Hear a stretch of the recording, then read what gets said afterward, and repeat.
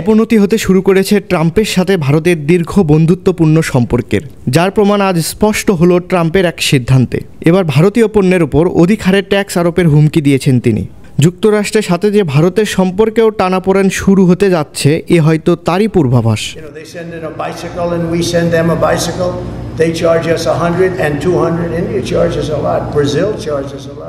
নির্বাচনের মাঠ থেকেই বিভিন্ন দেশের ওপর অধিক হারে শুল্ক আরোপের হুমকি দিয়ে আসছেন যুক্তরাষ্ট্রের নবনির্বাচিত প্রেসিডেন্ট ডোনাল্ড ট্রাম্প। এতদিন চীন, কানাডা ও মেক্সিকোর ওপর চড়া শুল্ক আরোপের কথা বললেও এখন এই তালিকায় ভারতের নামও যুক্ত করলেন তিনি। যুক্তরাষ্ট্র থেকে ভারতে আমদানি করা নির্দিষ্ট কিছু মার্কিন পণ্যের উপর উচ্চ শুল্ক আরোপের জবাবে ভারতীয় পণ্যের ওপর অধিক হারে ট্যাক্স আরোপের এই হুমকি দেন তিনি।